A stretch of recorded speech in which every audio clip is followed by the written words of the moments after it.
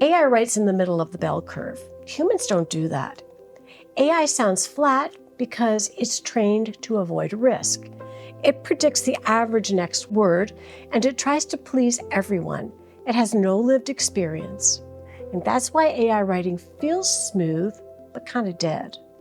To make AI sound human, you add back the things that AI avoids: the edges, your opinions, specifics, and real-world detail. Here are a few quick examples. A human might write, "I like the idea of submitting ideas or suggestions." AI would probably write, "Thank you for raising this idea," vague. Human would write, "Rewards for achieving goals are vital for morale."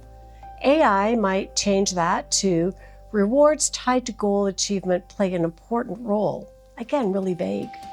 Human might write, "Presenting at the XYZ conference will give us national exposure," really concrete benefit.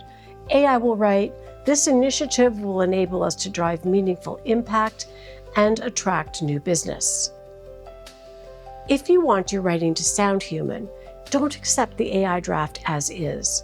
Rewrite it with the point of view and add the concrete details that bring it to life.